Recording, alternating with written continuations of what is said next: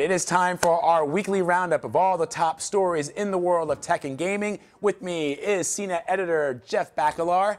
Jeff, so I'm so excited for this because Batman, The Killing Joke, is hitting theaters for one night only.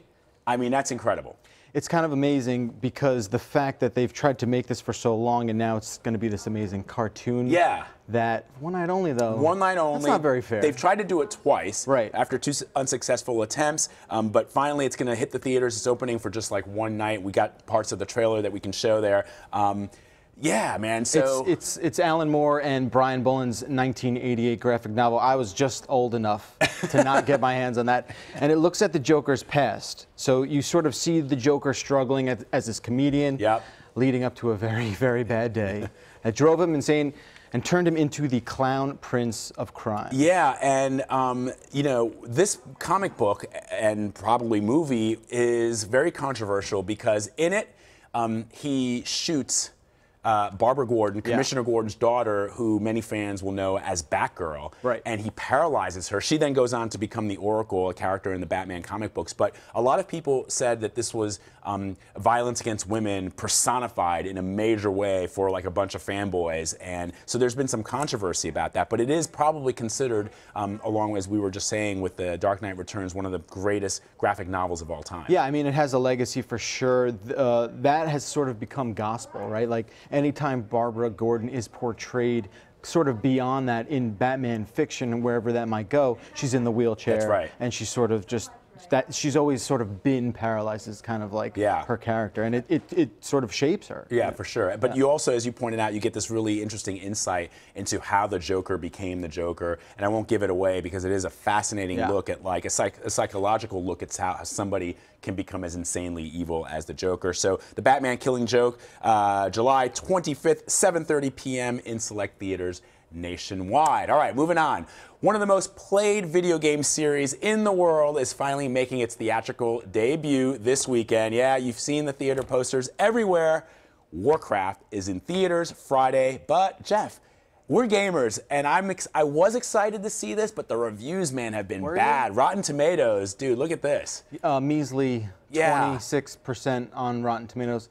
But then again, the audience score, which you should really only take as fanboy speak, that's at 81. Wait, what's the audience score? Like, the audience score is the people who refuse to believe that this film is not good. So they're gonna, look, I get it. Like if I was a huge Warcraft guy and I'm hearing from all these critics that the movie that I want to see is garbage. It's hot garbage. Yeah, I'm going to be like, well, maybe I can tip the scales a little bit, make my average count. If the movie sets the audience smack in the middle of a war between humans and orcs. In Azeroth, humans are fighting off the invasion of orcs that arrive from their world of Draenor. Through a magical portal. That's so, well, I'm excited to see it. Fun fact, I mean, David Bowie's son directed this film. That's a thing. And I love, not only do I love Warcraft, but I also love Make a Love, Not Warcraft. The famous South Park episode where they like play it incessantly. And look at that, they actually, so their characters were Warcraft characters. Remember this episode? That episode won an Emmy, I think. Oh, is that right? Yeah, I'm serious. I think it did. And then you see them at the bottom there. They're playing the game so much that they become like us at home. Part of the couch. Right. There's some awfully graphic scenes in that episode where they kind of, all right, I'll put this lightly, they refuse to leave to do even the simplest of things. And they stay put. They stay put. We can numerically say what they are. Right, ones and twos. Ones and twos. You know? All right, the video game Mirror's Edge became a cult classic, and if you didn't like the original, critics are saying you might feel the same about the reboot, dude. Yeah. Why? Mirror's Edge Catalyst, it's out this week on Xbox One, PlayStation 4, and PC. It's getting some mixed reviews from myself included. Really? Yeah. So the game follows Faith Connors and takes on a first-person perspective. So she attempts to like overthrow a hive of like totalitarian corporations who rule the city of glass. Right. Many are praising the open world, right, which is always awesome. Anytime you have open world. They did a good job with that. But what's the beef then? It's a little clunky. There's not a whole lot of inspiration beyond what that first game provided. And that first game came out 9 years ago. Right. And this had this sort of, you know, a cult following thing going on, and it takes a long time for this game to get going. Momentum takes. You know, this game's all about momentum, and momentum itself in the game. I thought you could finish it in 9 hours if you played it like. Yeah, you could do that. I mean, by 9 hours, you're sort of ready to go if you make it that far. So you give it like it's good. It's a B minus. It's a B minus. Yeah. People are going to go out and get this, right? This is. I think it's going to do okay with the loyalists who have to experience Mirror's Edge again. Again, there is that legacy, that cult classic stuff. But I would not expect something well above and beyond what you got the first time around. All right. So Google co-founder Larry Page invested more than $100 million in 2 startups, 2 that are working on developing flying cars. Yes. Bloomberg reports Page has invested in these 2 startups. They're called Kitty Hawk, for where the Wright brothers launched the very first airplane. That's cool. Yeah, it is a cool name that's very cool. That's a good name. And Z Aero. Is that meant to be like French? It's maybe not a good name.